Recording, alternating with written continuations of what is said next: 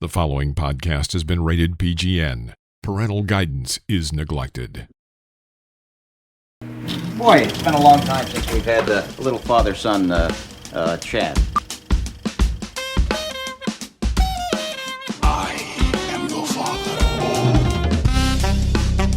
Father, if you can hear me, I failed. Don't let your mother smell that beer on your breath. She'll take it out on me. I'm here with my dad. I know what you're gonna say, son. And you're right.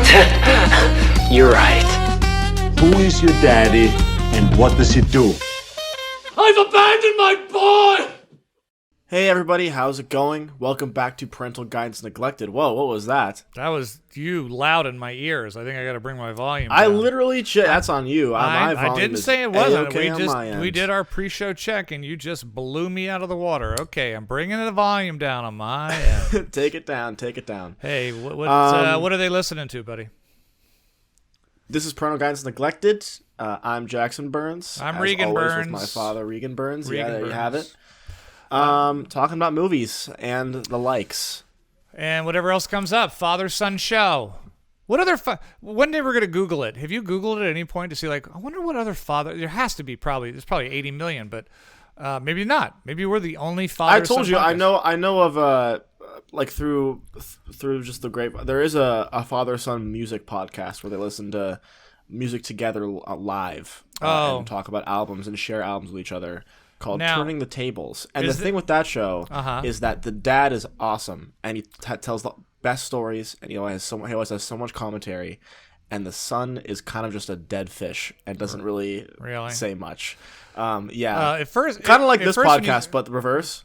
How dare you? How dare you? The thing that I thought of when you said there's a father-son music podcast, is it like the stereotypical, like they put a song on and and the dad's like, what is this horrible noise?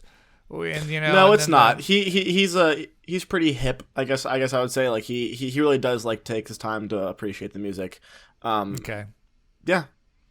I'll send you the link. You can check it out. Just so you know, if for any reason we suddenly turn this into a music podcast one day, I would be that dad. You know that, right? And I know you would, and I would never do that because it'd be so. It would just the whole podcast would be like, "What? This is horrible." And I'd be like, "No, it's not," and then that would be the episode. That'd be it. You think you get frustrated with me when I rail on a couple of your films?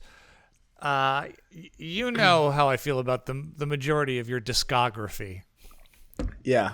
Did I say that right? Discography? Yeah. Discography? Yeah. Discography? Yeah, that's about right. Yeah, you're not the biggest fan of the old music taste, but that's all right. That's all right. We still find common ground though, here and there. Not as much with movies, but there is a little bit. Sometimes we find common ground. I always joke with you that I guarantee one day you're going to be a fan of country music, and you always go. It will never happen. It will. It will. It'll. I know. I cannot imagine a world where I'd sit down and go, I'm gonna put on a country music record right now. It doesn't start like that. Could just never happen. It doesn't start. It sneaks up on you. Okay. I know, but like is that the end point where I'm like, what? I'm gonna go buy a Rascal Flatts record today. Oh well, that's what I'm going to do. I wouldn't even let you do that. That's not real country music. That's no. I just thought that's the only person I thought of. In my head. It's going to start slow. Oh, son of mine. I know you say you're not, and then here's how it starts. One day, a country song will come on, and you just won't even realize you're not turning it off. You'll be like, oh, I didn't even. Like, that didn't annoy me nearly as much as it did. I'm not saying you're going to go buy country music. I'm not going to say you're going to be at every Stagecoach concert. But I'm telling you, it's going to creep in. I don't know if it's going to be because of a girl or friends or your taste change. It's like your taste buds, man. It's funny that you think I'd talk to a girl who likes country music in the first place. Wow. That's an interesting. My high standards. My apologies to 60% of the women in the United States who may or may not have heard that.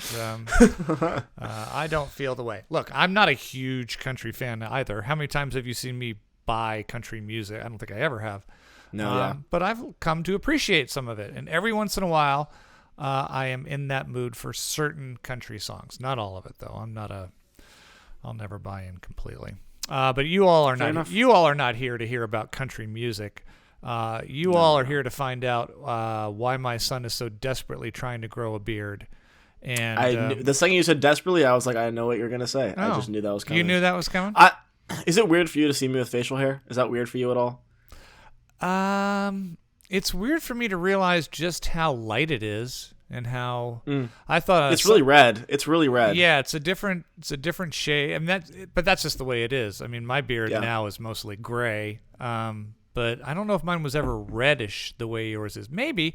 I don't know. I didn't really try to grow a beard at your age. I don't think I really grew it out until maybe for a play in my late 20s or, so I don't know.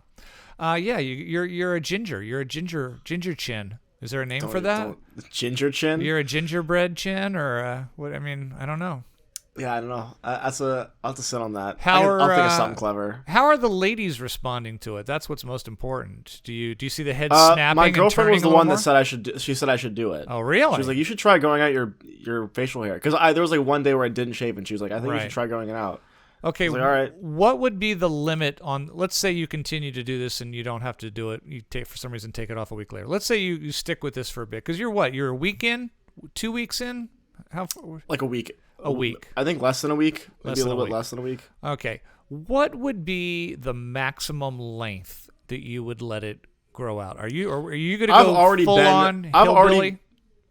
No, I've already been trimming it. Like I'm not because I want it to even out a little bit. So I've been keeping it like I've been like taking the electric trimmer with like a thing on it and just keeping it to a certain length. I wouldn't go like crazy long. I just kind of like the stubbly look, I guess. Yeah. I would never, I don't think, have like a full like bushy, like can't see my face type thing. Right. Because I just don't think that would look I have never had a very long, I've always just had, some face, just like you, like some shadowing and, maybe a slight bit of length. But the second I think that anything could get caught in my hair, like eating and be like, no, hey, that's too much. That is just, I don't know, but there's the hipsters out there that like that. A lot of the pitchers in the MLB, they got these big, 7-8 inch things. No, you're not going to go that way? No. Yeah, you will. It's just like country music. You'll come around. You say you think so? Yeah, never. Well, even if I wanted to, I don't think I could right now. Like, it's just, I don't know if that's possible. But yeah. Well, never say never. Never say never. That's the way it is. 2 generations talking beard length and country music. That's what everyone tuned in for. And thank you very much, folks. We'll see you next time. That's it. PGN Podcast. Father, Son, 2 generations talking films. We've got several movies to touch base on with you guys this week. Some of them new and in the theaters. Some of them old and borrowed and blue and whatnot. Jackson and I both got out to the theaters once together. This week we met up and we've got a little story about what happened on that outing. Yeah. And then we also got out to the theaters on our own to each see a movie. I saw the new #1 movie in the country, the third and is it final entry in the Halloween trilogy. No way they did a... I'm not saying Halloween Ends. I got to see that. And young Jackson, he was really on the fence about this. And he even asked me, he's like, do I need to see it on the big screen? And my initial reaction was yes. I said, go out. If you got the time, go see it because I'm very curious to see how it holds up. The re-release of Avatar. Since the sequel's coming out here in just a couple months, and he had never seen the first one, I figured you had to experience all the hype of the big screen, and whether or not it holds up or not. But you know what? We're going to start out with something else today. We're going to start out with, we'll get to all that, by the way, plus so much more. Yeah. And if we can, there's always more. If we can, we'll get back to beard talk as well. However, this was Jackson's week to pick a classic movie.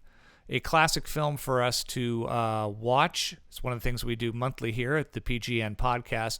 Jackson and myself, both huge fans of the Academy Award-winning film Parasite, which came out, won the award, 2 years ago now? This was one of the early, if not first, films from South Korean director Bong Joon-ho, also responsible for Snowpiercer as well. This is his 2003 film that he wrote and directed. It is based on a string of murders in South Korea. In fact, really the only reported case of a quote-unquote serial killer in that country. 10 women were murdered. Very loosely based, I would say. I have heard it's kind of like more inspired by the events. It's inspired by. I mean, they take the facts and then they run with it. I don't think any of the characters in this film are actually real detectives or real victims. But there were 10 women murdered in a small province of Gyeonggi, I believe that's how they pronounce it, outside of Seoul, between the years of 1986 and 1991. This movie, Memories of Murder, focuses on both some of the victims and, more importantly, the investigation by 2 local police officers as well as an outside city detective from Seoul who comes in to help them try to catch the killer. This is a very, very beautifully shot and well-acted film, and it is very much in the vein of Parasite, in that the tone of the movie is all over the place, but somehow he makes this work. Before I get into all my thoughts, Jackson, Memories of Murder. So, your pick. Was it a good one? My pick. So part of the reason why I chose this movie is just because South Korea is really seeing like a really big boom in filmmaking. You know, there's directors like the guy who did Old Boy just has a new movie coming out, like we were talking about, Decision to Leave. Mm-hmm. He is from South Korea. I watched that film over summer. Remember, I Saw the Devil. That was kind of in a similar vein to this, where it was detective versus serial killer. Definitely way more graphic than this was, which I appreciated. That this wasn't as graphic as I Saw the Devil, because that was one of the most grotesque things I've seen in a long time. And then, of course, Bong Joon-ho with Parasite. And I have heard a lot of buzz around this movie. I think it was kind of his breakout movie, as far as I can tell. And I loved this. It was so... I told you, because I got an hour and a half into the movie, and then I had to stop it because I was going into Hollywood to go see a movie with him. And it was so hard to put down because I wanted to keep watching. Mm-hmm. The story grabbed me right from the get-go. I thought the characters were very complex and fun to watch. The acting was terrific. The story was fantastic. The cinema, like you said, beautifully shot.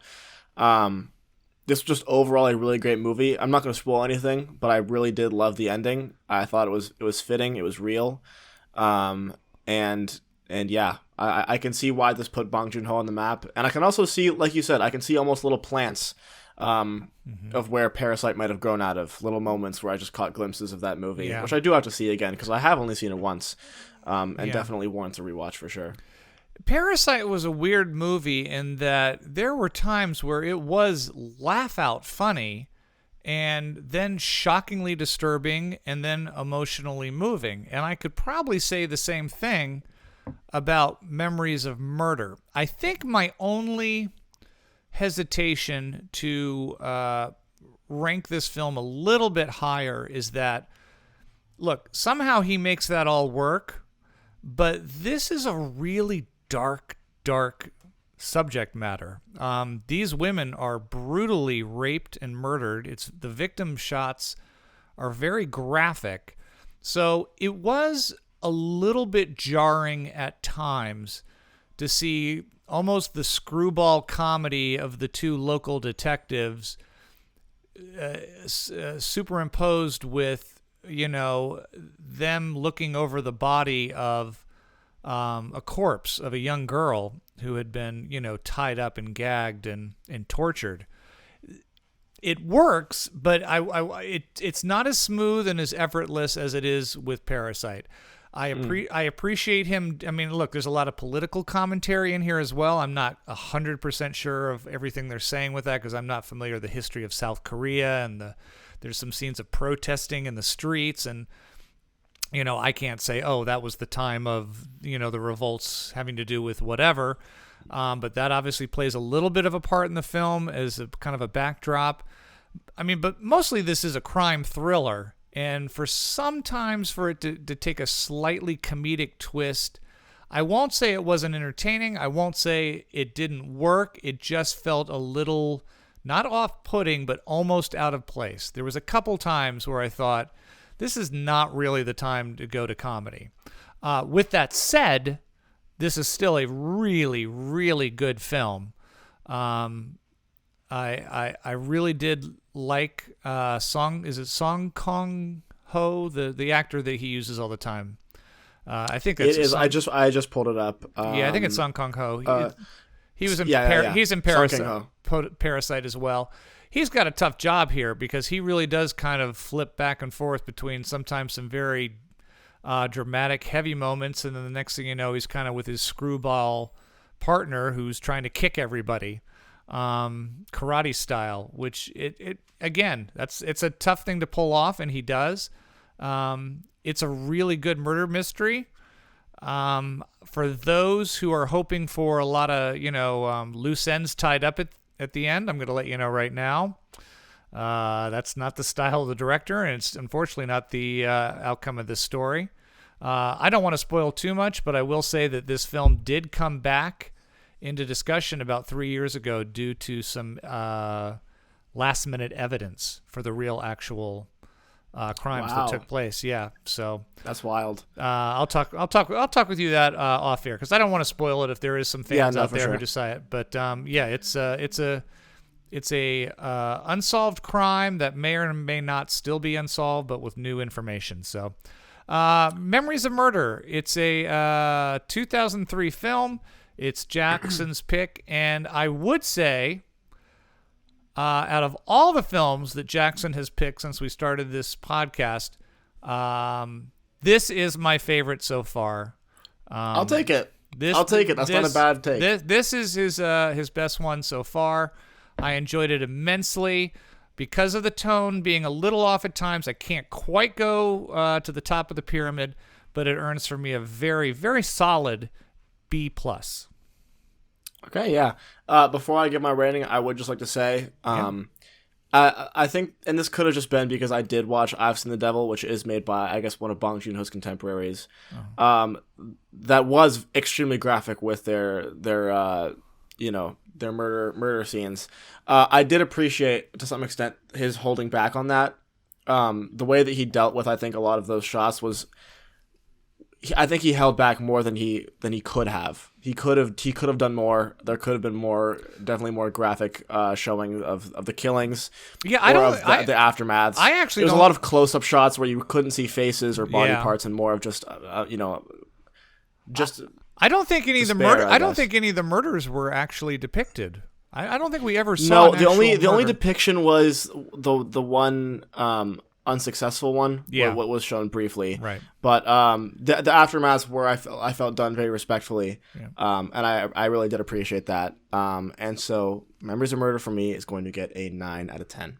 Oh, okay. So not quite classic, but because Parasite exists. And it's like, is it that good? No. So I can't be doing Parasite is a 10 for you and an A+ for me. So Jackson, well done. Thank you. That's not something you're going to hear from me very often, or probably let's be honest, probably not for the rest of the year. Well, I don't know. Let's see what you pick in November. I'm on pins and needles to find out. We'll see. To find out what South Korean or Japanese or German film that will be. It's the PGN podcast. And with that said, let's just go ahead and reveal it now. Every month, I pick a classic movie that we haven't seen. Jackson picks a classic that we haven't seen. And then we turn to you guys, the audience. And I put some more feelers out there for some suggestions. And I got a lot of really interesting films that we are going to explore all of them. I promise you. I've got a very long list now. But the one... Can I ask you something before you say? Yeah. Do you still get suggestions for movies that are like obvious that we've probably seen? Where it's yes. like, you should go see Jurassic Park. Yes. Or things like that where it's like, oh, but I would Star Wars? I would say that the majority, I would say 90% of the films that people suggest to me, I have to go seen it. And is that because you have seen it and you've just seen a lot of movies, or is that because like it's just like everyone? It's a very well-known movie. No, some of them are very well. Like every once in a while, I'll get one like Eternal Sunshine of the Spotless Mind, and I'm like, my friend who hasn't seen that. And then sometimes it'll be an obscure one that I've seen a lot of films. Listen, I don't have a lot of hobbies in my life. I don't get out much. So I have seen a lot of them. So it tends to be one of those ones that kind of was under the radar. Not necessarily a classic film, but a film I'll go, you know what, I think I heard about that. Or I remember there was buzz, but it didn't catch on. Or that was that, that film. So, I would say 90% are ones that I have already seen, or I assume you have as well. One of the new movies that Jackson and I are reviewing this week, and maybe we'll hit it in just a second, is a new Swedish film from writer-director Ruben Östlund, Triangle of Sadness. So we've got a story for that. But since we just saw a film by a Swedish film director, one of the suggestions I got from you guys, our audience, is also another Swedish movie. This is one that came out in 2018, just a few years ago. I found a clip online of Aubrey Plaza just going off about this film and how good it was, and she didn't have anything to do with it, but she was just like, I cannot stop raving about it. It received one Academy Award nomination for, I think, hair and makeup. And the name of the film is Border, Border, Border, not to be confused with a movie called The Border. I've seen that. That's with Jack Nicholson, having to do with the Mexican border, 70s film. This is by, it's a film written. I remember hearing about it. I remember seeing, like, I know nothing about it, but I remember parts of this. It's written by, it's a Swedish name, so I'm going to butcher it, but it's John Ajvide Lundqvist, or something like that. He is the guy who wrote the cult classic Let the Right One In. That's that Swedish vampire movie that's been redone and turned into a musical and a TV show. But for any of you cult movie fans, you'll know Let the Right One In. So this is a movie called Border. The trailer looks extremely interesting. And the movie was directed. It was recommended by Phil Buckbinder. So Phil, thank you very much. We're going to check that one out next week. And everybody who sent in suggestions, they are all on the list, and we will be getting to them eventually. It was a tough one to pick this week, but we're going to go with Mr. Buckbender's pick of Border. Jackson, Border is your homework assignment for, I'm on it. For next week. I will say this on Letterboxd, you can look at like popular lists that these movies have been put into by users. And the top two are movies that are better when you know nothing about them. And you're not the same person once this film has been finished. Wow. So I'm definitely very intrigued. So okay, you know what? High praise. You know what? I know more about this movie because I watched the trailer. I'm gonna recommend this. Do not watch the trailer. All right, I'll go in completely blind. I want you to go in completely blind. I don't want you to look at the poster. I don't want you to look at the trailer. I don't want you to look at any more information on it. Just order it and start watching it. Because I have a semblance of what the movie is about and where it's going. From trailers give everything away. So right, yeah. So let's see what your perspective is going in completely blind next week. Deal. Like I said, we did already see a Swedish movie this weekend. Jackson and I got together this weekend. We were going to an advanced screening for Guild members to the new Martin Donahoe. I can't remember his Martin name. McDonough. Yeah, McDonough. Dunham, maybe. Jackson, give me a pronunciation on the director's name. It is the same director who did In Bruges, which is one of Martin McDonough, which is one of my favorite films of all time. Jackson also loves it as well. It's the hilarious Colin Farrell and Brendan Gleeson movie. Jackson, help me. The Banshees of Inisherin. The Banshees of Inisherin. The Banshees of Inisherin, or something like that. So disgracing our ancestors with that yeah, one. so we had passes to go see a private screening in a private theater on the lot at Walt Disney that Fox Searchlight was hosting. Jackson, how'd that turn out? So we get there and we pull in. We get past the security and they go, "Oh, you're here for the screening?" And we go, "Yep, we're here for the screening." Yep. So we pull in, and my dad pulls the tickets and he goes, "All right, and December 15th, that's today." And I go, "Today is not December 15th. Nope. Today would be October 15th." Yep. And then he pulls up the app, and the app says October 15th. Right. But the website connected to the app says December 15th. Right. So we go, "You know what? We should just go inside because sitting here and talking about it isn't going to do anything. Let's just go inside." Now there's And there's nobody outside the theater. There's no stand, no one to greet us, no anything. We just hear a theater there's a little theater in a building, and we hear some noise down coming. a long empty hallway past an empty lobby. Yeah. And it could not be quieter in the building. Like there's just nobody there. Right. And so we go, "You know what? Okay, we should go drive back and ask the security guard if we're in the right place." And so we drive back, and lo and behold, they go, "Yeah, we have a screening today. It's allotted. Fox Searchlight rented out the space, so you should be good." And we're like, "All right, well, you know what? We should go check out the theater because we didn't peek in the theater. We didn't want to be rude." And now you know when you're in a really quiet spot, and you're like, "I just don't feel like I'm supposed to be here." Yeah. It was a lot like that. Yeah. Now this is it's almost 6:00, and the movie's supposed to start at 6:30. So we're still early. So we go back to the theater, and we walk up to the main door, and we can hear that there's a movie playing inside. And I'm putting my ear to the door, and I'm like, "Man, that sounds like Irish people talking." Yeah, I think that's Colin Farrell. I'm pretty sure that's Barry Cogan. Right. And so I peek in the door real quick. I just to kind of look in. It's a small theater. It's like maybe 40 seats. This is like a private. I never saw it. I was too scared to peek in because I was like, you could pass as being able to be there. I could not pass as being allowed into this space. And there are about 8 to maybe 10 people, and they are watching the Banshees of Inisherin or whatever. And I closed the thing, and I'm like, "What the hell is going on? Do we have the wrong time?"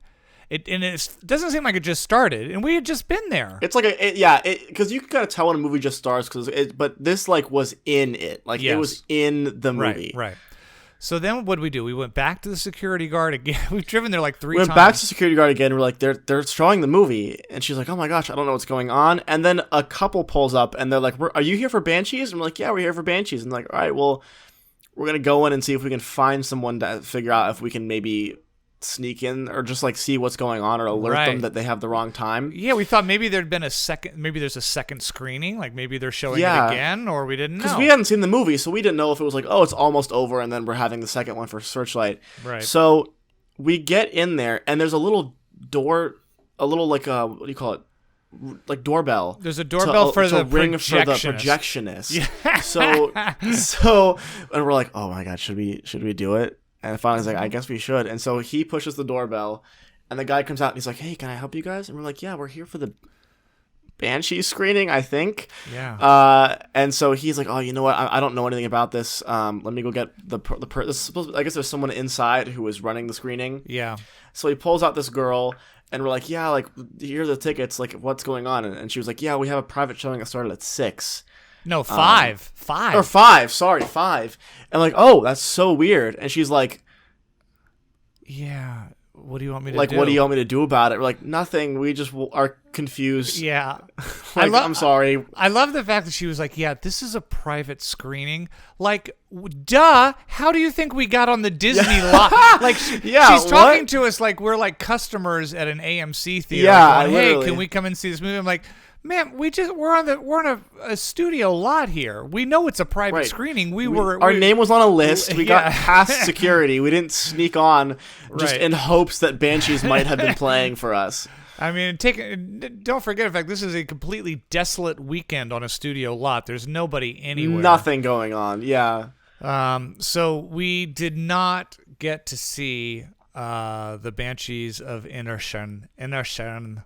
as we'd wanted to. But I'm actually going to go see it next weekend, and Jackson's going to try to see it as well because it does open next weekend. And this might give me an excuse to go to the Directors Guild and see the director talk afterwards. But Jackson, so jealous. Jackson would join me. One of my friends invited me to a screening this weekend. I couldn't go because I have a shoot, but he invited me. They're doing at the American Cinematheque. They're doing a double feature of Six Shooter, Martin McDonagh's first short film, and then into In Bruges. In Bruges, and I saw was like, that. God damn it! If only I can go to that because I never got to see it in theaters, and that would be just a cool experience. Yeah, I know. Well, you're going to be on set making a film with your friends and expressing yourself as an artist. And who am I kidding? You're going to be holding a boom mic and changing lenses on a camera. So I'm actually first AC, so I will be changing lenses on a camera. Oh, there you go. First AC. All right. Well, and pulling focus, which is important. Very much. Will you enjoy your first AC job next weekend? Long story short, too late. Instead of seeing the Banshees, he had driven all the way up from school, and I had come into Hollywood, so he said, well, let's go see something at a regular theater since we're here. And we went and saw the movie that we were going to go see the weekend before, until we found out that Tar was 4.5 hours long. We checked out Swedish director, writer, filmmaker Ruben Östlund's Triangle of Sadness. For those who don't know, Ruben Östlund has directed a couple pretty acclaimed films. The Square with Elizabeth Moss from a few years ago, and even bigger, a film called Force Majeure. I think I'm pronouncing that correct, which actually was remade here in America with Will Ferrell and Julie Louis-Dreyfus, but I think it was called Downhill maybe. Did not do well here, but was a huge hit internationally. This is a cast of mostly Swedish actors. The only American you're going to recognize is I'm going to just say it, brilliant Woody Harrelson. He's so good in this. Triangle of Sadness kind of continues Östlund's depiction of the differences and the space between the rich and the poor, the well and the well-to-do, the pretty and the ugly, the bourgeois and the proletariat, according to Woody Harrelson. The servants and the ones they serve. The serfs and the whatever the other thing is. This film's got a lot to say. I don't know how important it is at the end. I don't know if the message is all that deep, but this is definitely an interesting ride of a film, and one that has several laughs and several moments that make you kind of go, oh my gosh, where are we as a race, much less as a community? Jackson, what did you think of Triangle of Sadness? I could not get enough of this movie. I take it back. I did get enough of this movie, and then it went on a little longer than I thought it should have. It went just a little. The third act. There's really 3 acts of the film. There's the introduction. There's 3 chapters. 3 chapters, yeah, 3 chapters. Introduction of a young couple. I would say the majority of the film. The second act takes place on a private party yacht, and then the third act, which is a little briefer, but probably could have been cut down. Could have been cut down a little bit. Kind of the Lord of the Flies chapter, as I call it, on the island. But I have to agree with you. I really, really enjoyed this film a lot. Yeah, it was so funny. I was laughing throughout the whole thing. There was something so funny to me watching Woody Harrelson and that crazy Russian guy just go back and forth with the quotes over the intercom, just spewing Marxist quotes while these rich people are just having the worst time. Worst time ever. It's so funny in such a dumb and poetic way. That actor's name is Zlatko Buric. I had to write it down. He's a Croatian actor. No one would recognize him. He was phenomenal. He steals. He really does. Yeah. Steals the film. And without getting into it too much, certain characters do not make it to the third act of the film, and I was very grateful that he was one of them. Me too. Who carried over, because he definitely helped on the back end as well. Just the scene where he's removing jewelry is like when you're in it's so good. So you're in the throes of pain, but yet there's still a part of you going, this on the market, this is still worth quite a bit. That's kind of, you'd have to see the movie to get that. Look, I think that this is a film that will probably divide some people. I told Jackson going in that Uslan's films are a very dark, kind of twisted comedy that either resonates with you or does not. It's not necessarily jokes. But what I liked about this film is it went from a lot of stuff that was kind of, I don't want to say ethereal comedy, but more like it was like a comedy of commentary on society. But then during the yacht thing, we get some just outrageously insane physical humor as well. So it wasn't always the thinking man's comedy. It was like it's almost like it went from bourgeois comedy to, high art comedy. I love I will say, I think I knew I was going to love this movie just from the opening sequence where it's all of the models together and the guys interviewing them. Yeah. You need to relax your triangle of sadness. You need to relax the space between your eyebrows and your forehead. It's so funny. Yeah, it's I thought I loved the whole dynamic of Act 1 between the two dating models. I thought, me too. It was really good. It was really good. The dialogue, the way they communicated, the way that they fought, the way that they made up. The way they were kind of introspective. I mean, it all resonated very, very real, where I thought it could have been very cliche. And even at the same time, like while that's happening, there's still bits, like there's still funny, like the elevator closing and stuff, and that was really funny. And he still found a way to find like the comedy, but in a way that wasn't forced and still felt natural. Yeah, which was so awesome. Yeah. Really enjoyed this, man. It was such a fun little film in a sad way, also. And I know how you don't like a neat ending. It's definitely not a neat ending. It's definitely one of those films that just stops all of a sudden and doesn't tell you exactly what happened. And I'm okay with that. I am too. You know what? I didn't like the ending as much as I thought I would. Not because it was kind of more open ended, but I just thought that it was a little on the nose. Yeah. I don't know. A little bit like, oh, that's okay. Well, I mean, I saw it coming the second. I think most people did. The second they kind of announced the twist. Yes. You know what's gonna happen. I don't think they needed that very last shot. And it won't ruin the film. I know what you mean. Of him running through the woods. Yeah, that was lost on me too. I wasn't sure how that connected to the. Right. Did you suddenly hear her, or that one felt a little odd? But you know what? I don't mind odd. I don't mind. No, me either. Unless it seems thrown in for, like, I guarantee you, I could probably research an interview with him and he would explain everything that he was thinking about with all those shots. But listen, I cannot say it's the best film I've seen this year, because I think the one flaw it has is I think it went about 15 minutes too long. Agreed. I think we got the point in the third act. I think we got a little repetitive with it, with the kind of the Lord of the Flies vibe, but it most certainly did not ruin the first 2 hours there. I think it comes in about a neat 2:15. Right now, this is one of the better films of the year. Triangle of Sadness for me gets an A-. Good film. Really and for good. Me, it's going to get an 8 out of 10. Yeah. Good movie. 100%. Go see it, please. Go see it. Yeah, it's a film that I actually wouldn't mind revisiting at some point. I mean, I don't think I'm rushing out to see it, but I certainly, if it was on the TV one day and turned on and be like, I could watch this again. Yeah, for sure. Especially the first two acts, especially. Yeah.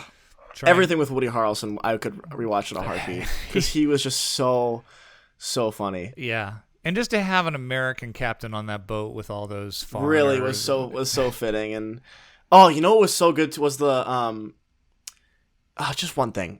I was outside sunbathing. Yeah. It was a beautiful, beautiful day, and the sails were just a little dirty. Yeah. Yeah, we're on a this is a power boat, so we don't have any. So we don't have any sail. Just watching her face just drop, and just struggle. It just oh man, doesn't make any sense.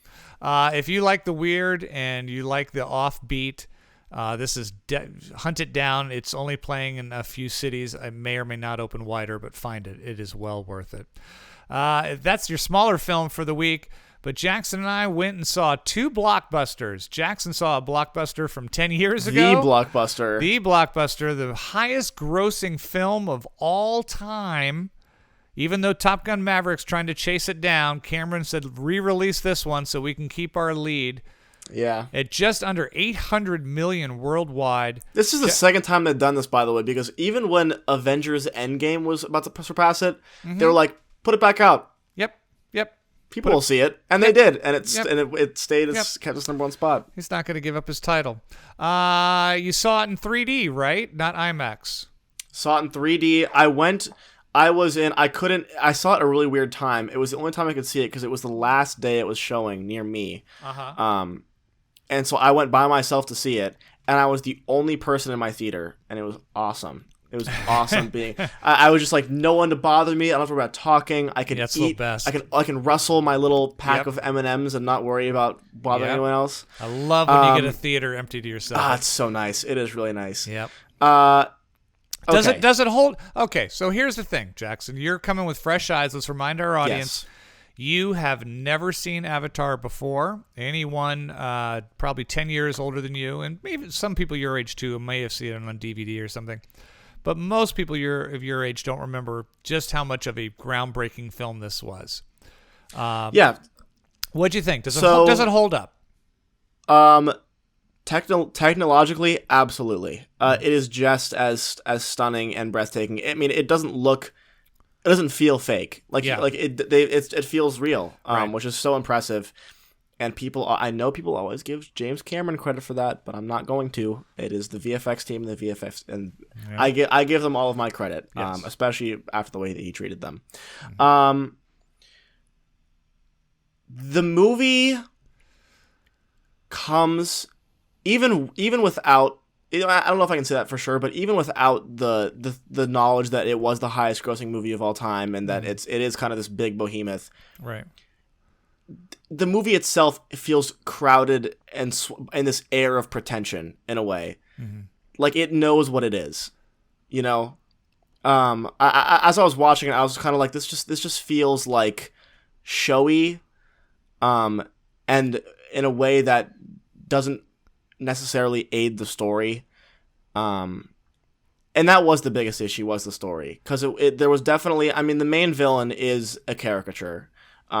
Just people don't act that way. So Stephen Lang, great character actor, very good actor, but yeah, he's not the most memorable villain of all time in this.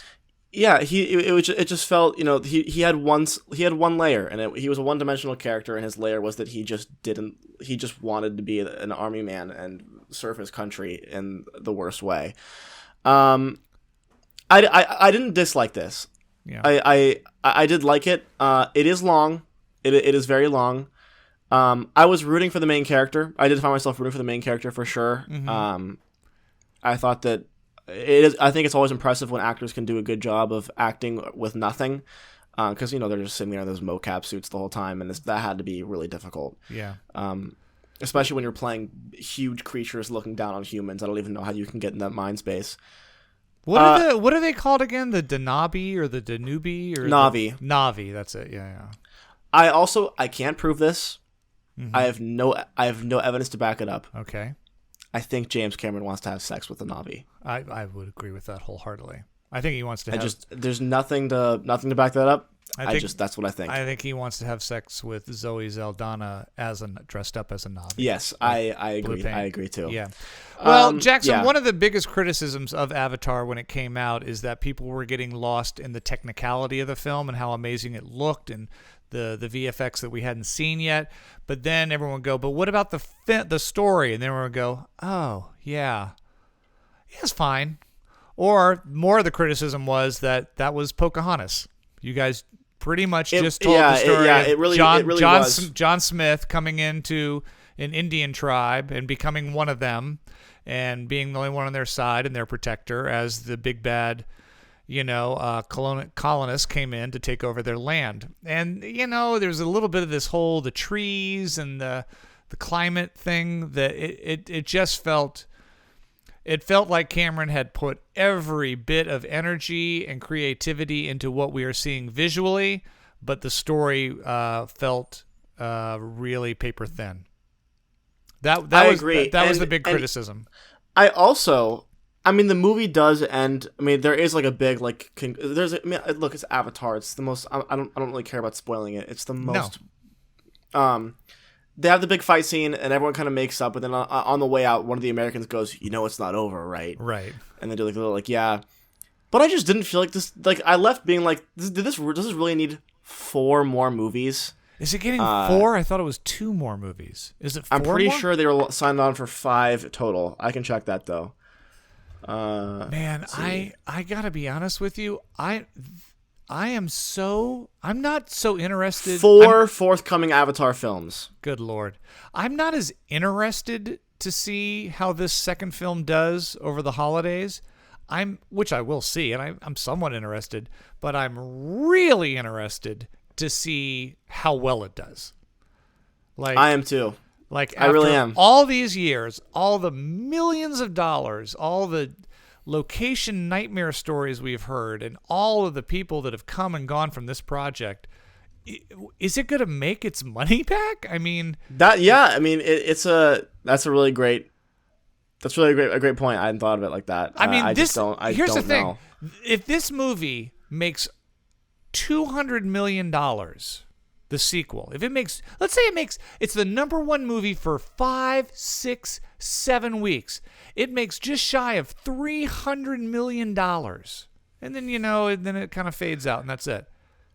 That's half of what the first one did. Yeah. And I think each one of these films costs like $150 million, they're saying. It's got to be so expensive because it's just so, it's all CGI. Yeah. It has to take ages. I don't know. Well, what do you give Avatar? I have no clue. What is a fresh face for the first time? I give Avatar a 6. A 6. All right. I came out. It was fun. I didn't dislike it. Yeah. I just I understand why it is the movie that has made the most money. Yeah. But at the same time, it's fine. It's just the story is just fine. It's just fine. Do you think the 3D added something to it? Yeah, I think so. Yeah. I think it was cool. I mean, it's not like it was like one of those. I was glad it wasn't that kind of gimmicky, like, whoa, the bullets are coming towards you. Right. But I did like the fact that it was a little more layered and had some depth to it. Gave it a lot of depth as well. Yeah. Yeah, for sure. Yeah. A movie that should have been in 3D? Halloween Ends.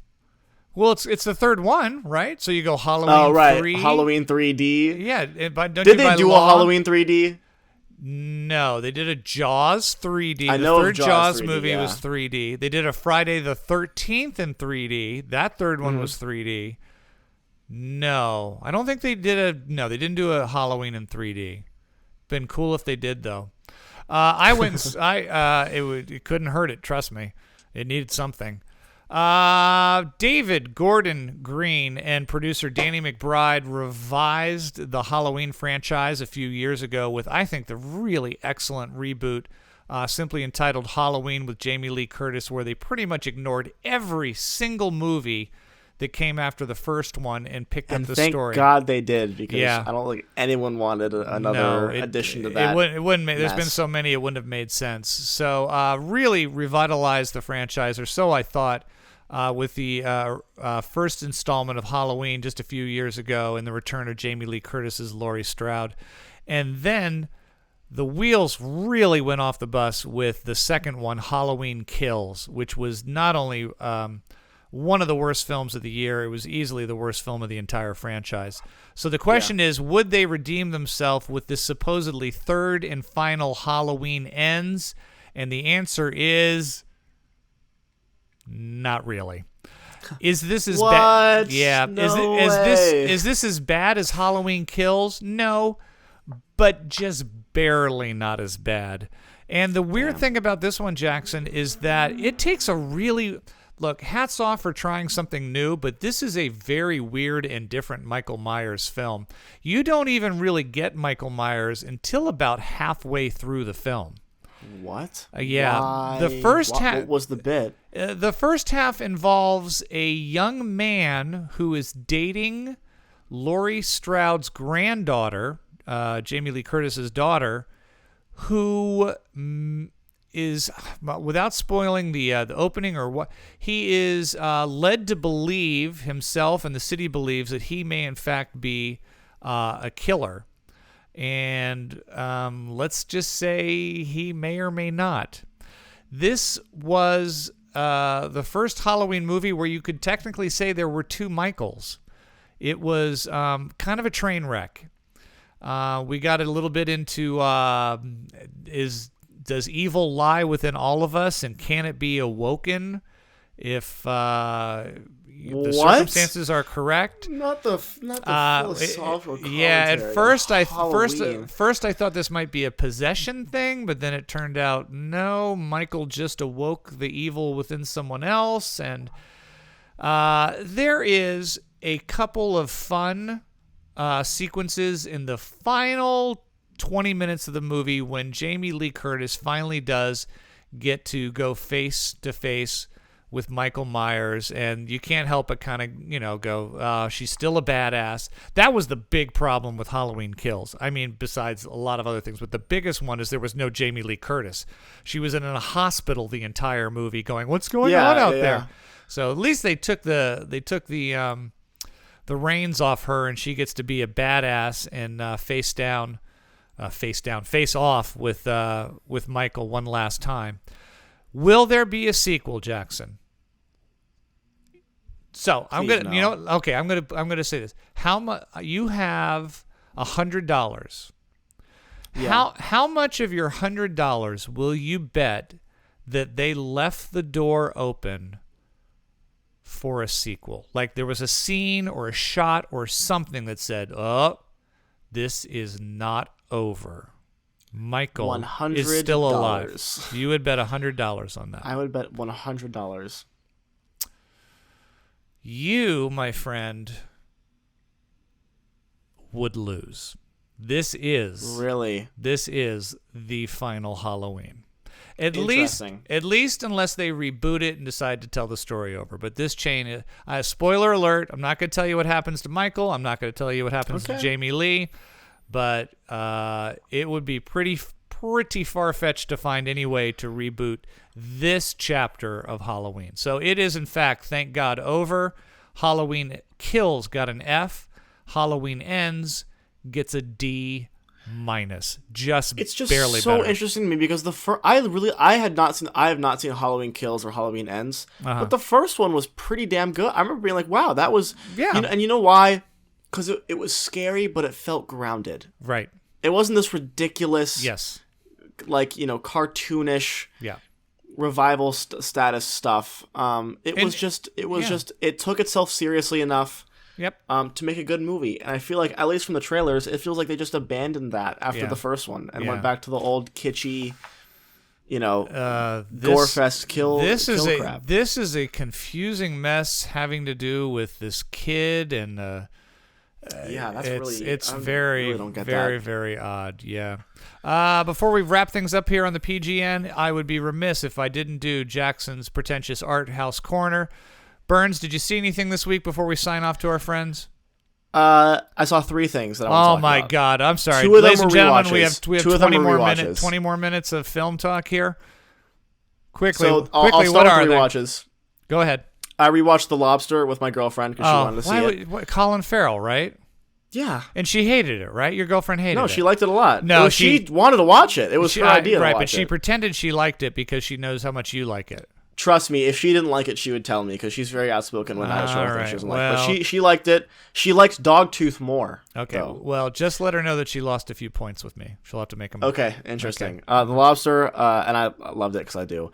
Yeah. I rewatched Everything Everywhere All at Once because Michelle Yeoh came and talked at my school. Let's touch on this very quickly. Michelle Yeoh came to your school. There was a screening of your favorite film of the year, Everything Everywhere All at Once.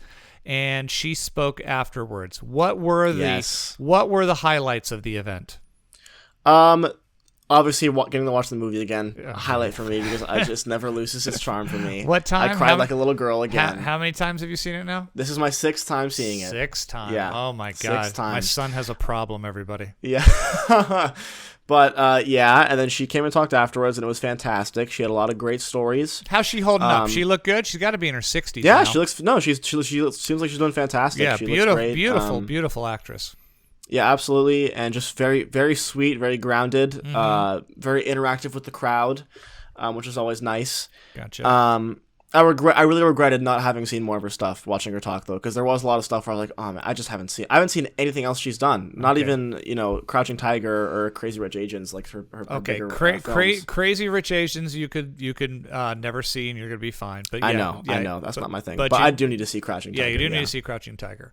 What else? Yeah. Any You touched briefly on the fact that yeah, I'm not going to be telling those stories on air because I do go to school with the people that ask the questions. Yeah, but we did get 3 audience questions, and all 3 of them, especially one of them, made me and everyone around want to crawl into their skin. One thing did happen though, and that is that around the 2/3 mark of her talking, someone was smoking weed in the theater. Are you serious?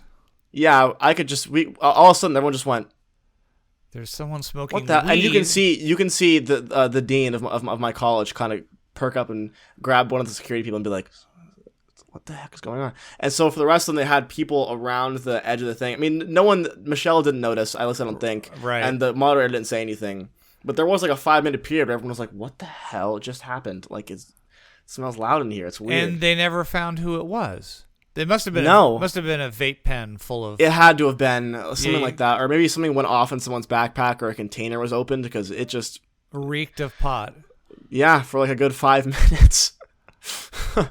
Wow, that would have been my question from the audience.